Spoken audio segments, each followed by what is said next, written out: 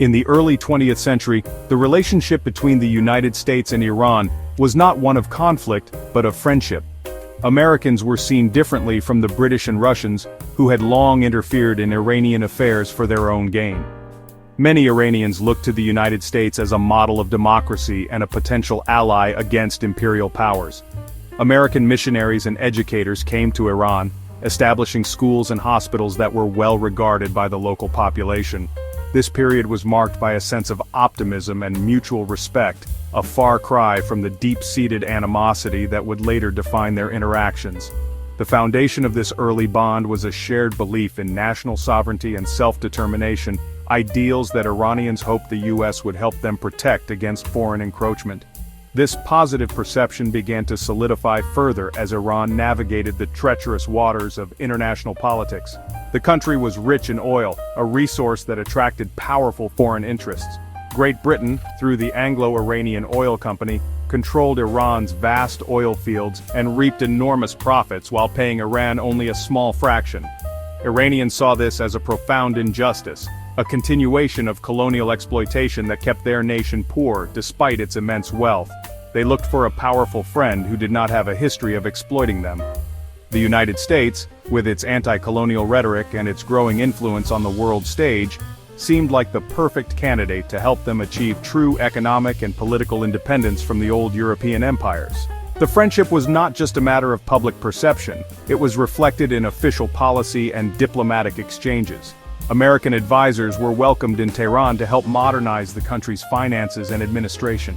Unlike their British and Russian counterparts, these Americans were seen as neutral experts, there to help Iran stand on its own feet. This era, stretching through the first half of the 20th century, was a time when the name America evoked feelings of hope and partnership among many Iranians. They saw the U.S. as a beacon of fairness, a nation that could help them build a modern, prosperous, and truly independent state, free from the meddling of its powerful neighbors. This period of goodwill, however, was built on a fragile foundation. The Cold War was beginning to cast its long shadow across the globe, and American foreign policy started to shift dramatically. The primary goal was no longer just about supporting democracy, it was about containing the influence of the Soviet Union.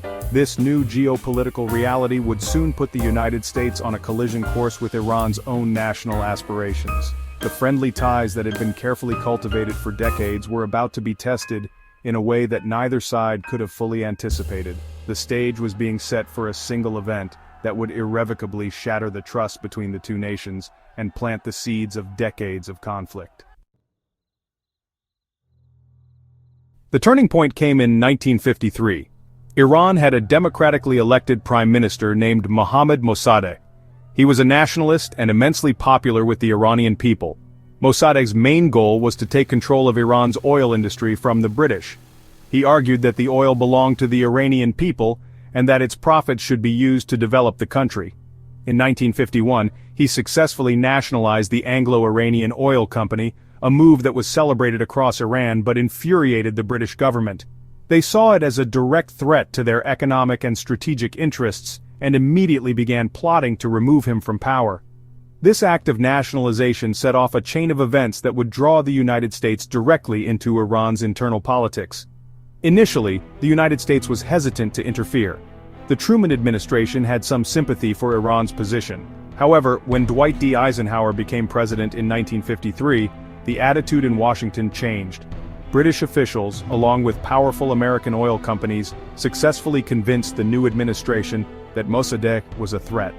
They painted him as being soft on communism and warned that Iran could fall under the influence of the Soviet Union. This argument was highly effective during the tense atmosphere of the Cold War. The CIA, America's foreign intelligence agency, was given the green light to work with British intelligence to organize a coup to overthrow Mossadegh and restore the full power of the Shah, Mohammad Reza Pahlavi.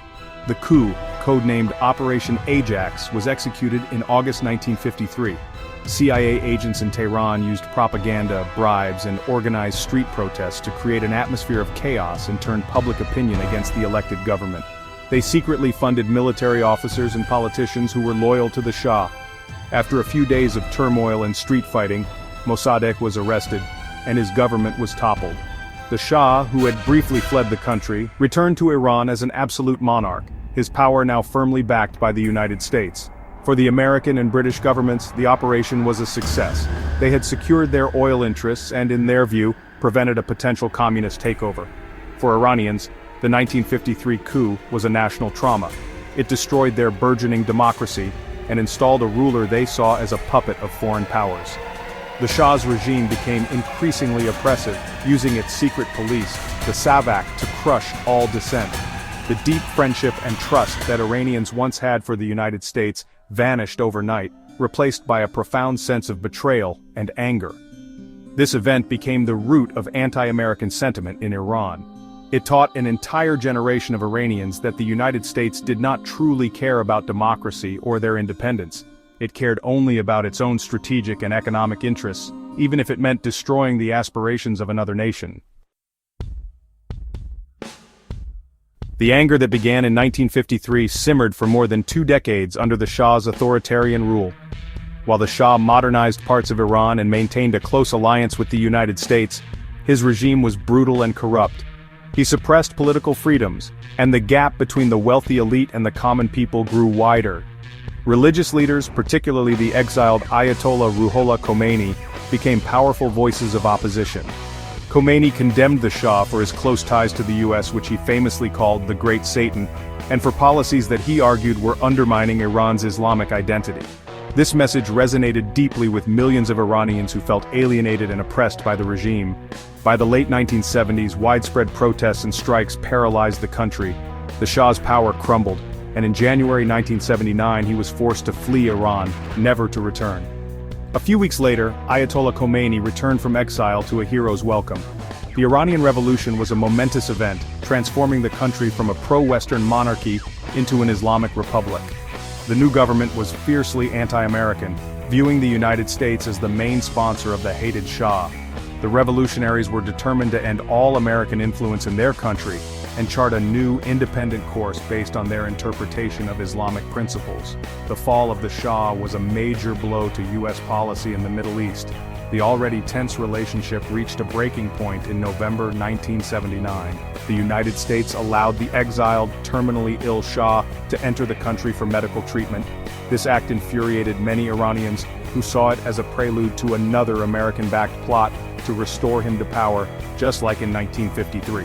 On November 4th, a group of radical students supporting the revolution stormed the U.S. Embassy in Tehran. They captured 52 American diplomats and staff, holding them hostage. The students demanded the return of the Shah to Iran to stand trial, along with the return of the wealth he had allegedly stolen from the country. The Iran hostage crisis lasted for 444 agonizing days. It dominated American television screens and became a symbol of American vulnerability and Iranian defiance. The crisis poisoned relations between the two countries for good. A failed U.S. military rescue mission in 1980 ended in disaster, further humiliating the Carter administration. The hostages were finally released on January 20, 1981, just moments after Ronald Reagan was sworn in as the new U.S. president. But the damage was done. The United States severed all diplomatic ties with Iran, and the two nations have remained bitter adversaries ever since. The embassy takeover cemented the image of Iran as an enemy in the American mind, just as the 1953 coup had done for Iranians. In the decades following the 1979 revolution and hostage crisis, the conflict between the United States and Iran has continued to evolve, marked by a cycle of confrontation and mistrust. The U.S. imposed heavy economic sanctions on Iran, aiming to isolate the country and pressure its government to change its behavior. These sanctions have had a severe impact on the Iranian economy and its people, but they have not succeeded in toppling the regime. During the Iran-Iraq War in the 1980s, the United States provided support to Iraq's leader, Saddam Hussein, further deepening Iran's sense of encirclement and hostility from Washington. This period solidified the view in Tehran that the U.S. would stop at nothing to undermine the Islamic Republic.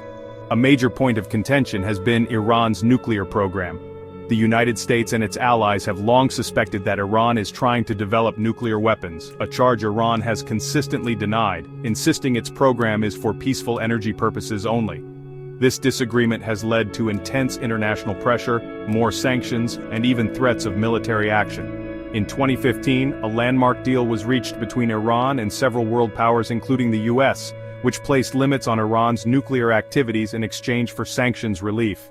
However, the US withdrew from this agreement in 2018, reimposing harsh sanctions and escalating tensions to new heights, demonstrating the fragility of any diplomatic progress.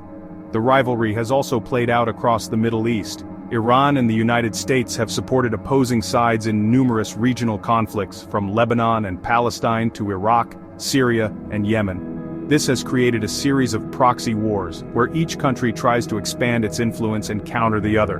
Iran has backed powerful militias like Hezbollah in Lebanon and various groups in Iraq, which the US considers terrorist organizations. The US, in turn, has maintained a strong military presence in the region and supported rivals of Iran such as Saudi Arabia and Israel. This constant struggle for regional dominance has fueled instability and made lasting peace in the Middle East incredibly difficult to achieve. Today, the long and bitter history between the United States and Iran continues to shape global politics. The deep-seated mistrust, rooted in the 1953 coup and cemented by the 1979 revolution, remains the primary obstacle to reconciliation. For the US, Iran represents a destabilizing force that threatens its interests and allies. For Iran, the US is an imperial power that seeks to dominate their country and the region. This enduring conflict affects everything from global oil prices to the fight against terrorism and the prospects for peace in the Middle East. Understanding this history of betrayal, revolution, and confrontation is essential to comprehending one of the most significant and unresolved geopolitical struggles of our time.